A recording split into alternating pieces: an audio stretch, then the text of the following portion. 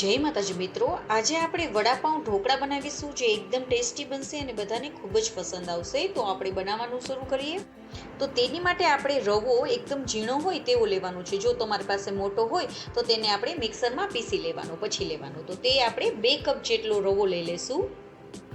સાથે આપણે જરૂર મુજબ મીઠું એડ કરી દેવાનું છે.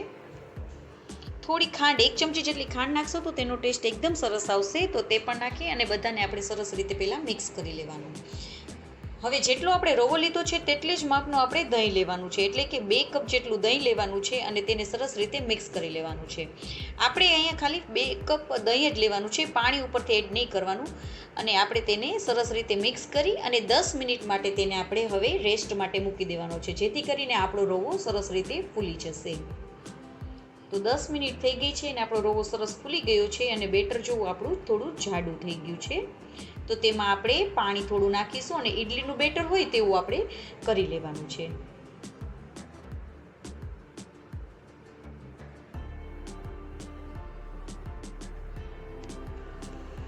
તો આપણે આવું બેટર કરી લેવાનું. હવે તેને આપણે 5 મિનિટ માટે એકદમ હલાવી લેવાનું છે. એક ધારું આપણે 5 મિનિટ હલાવી લેવાનું, જેથી કરીને હવાના કણો આમાં અંદર ભરાશે અને આપણી ઈડલી એકદમ સોફ્ટ થશે.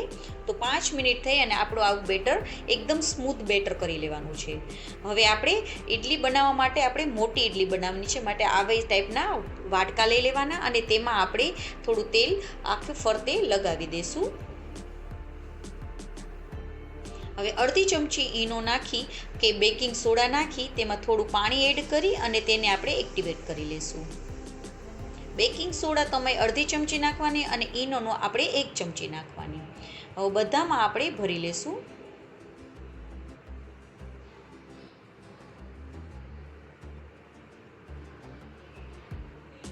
તો આપણે આટલું ભરી લેવાનું છે.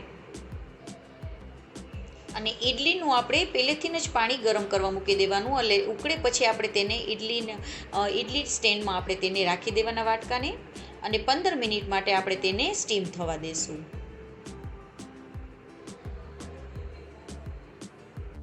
પંદર મિનિટ પછી આપણા ઢોકળા સ્ટીમ થઈ ગયા છે એકદમ.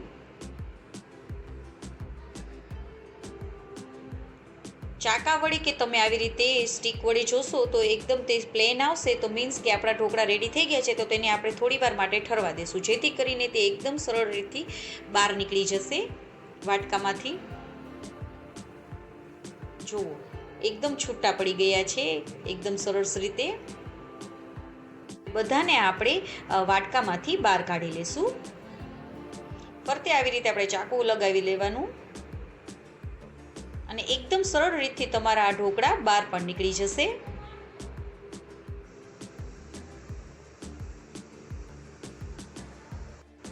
તો આવી રીતે આપણે બધા ઢોકળાને બહાર કાઢી લેવાના. એકદમ સરળ રીતથી તમારા ઢોકળા બહાર પણ નીકળી જશે અને વાટકો પણ એકદમ પ્લેન થઈ જશે અને એકદમ પોચા રૂ જેવા બનશે. જો એકદમ પોચા રૂ જેવા અને જાળીદાર બનશે આપણા ઢોકળા છે ને.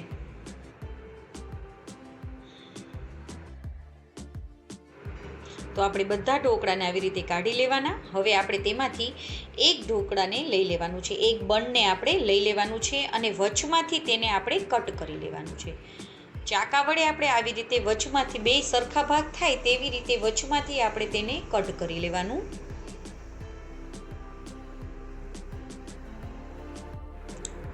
હવે બધાને આપણે એક સરખા ભાગમાં કાપી લેવાના છે.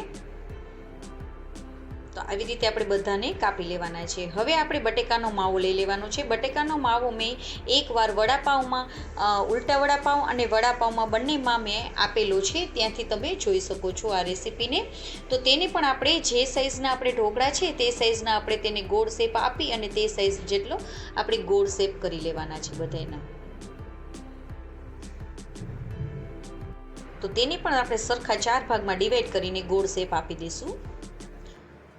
હવે આપણે જે બન આપણે એક સરખા કાપેલા છે તેમાંથી એક બન લઈ અને તેમાંથી આપણે એકમાં આપણે ગ્રીન ચટણી લગાવી દઈશું.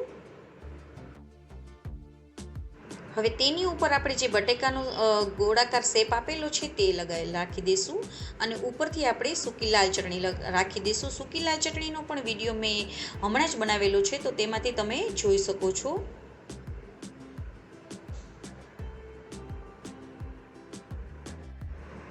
ચટણી લગાવે છે એટલે આપણે ઉપરથી બંને રાખી દઈશું, બીજા બંને ઉપર રાખી દઈશું.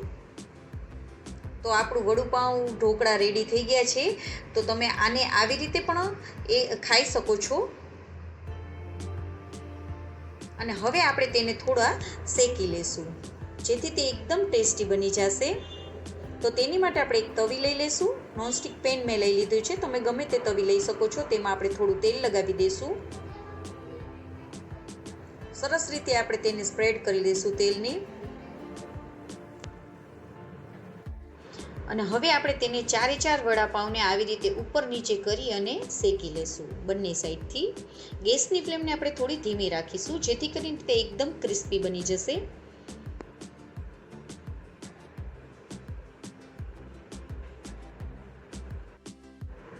હવે ઉપરથી પણ આપણે થોડું તેલ લગાવી દઈશું. હવે બીજી સાઈડ આપણે તેને ફેરવી લેશું, એક સાઈડથી ચડી જાય એટલે. તો આવી રીતે આપણે ગોલ્ડન બ્રાઉન થાય ત્યાં સુધી બંને સાઈડથી આપણે તેને કૂક કરી લેશું. તો આપણા બંને સાઈડથી ગોલ્ડન કલર થઈ ગયા છે. તો હવે આપણે તેને લઈ લેવાના છે.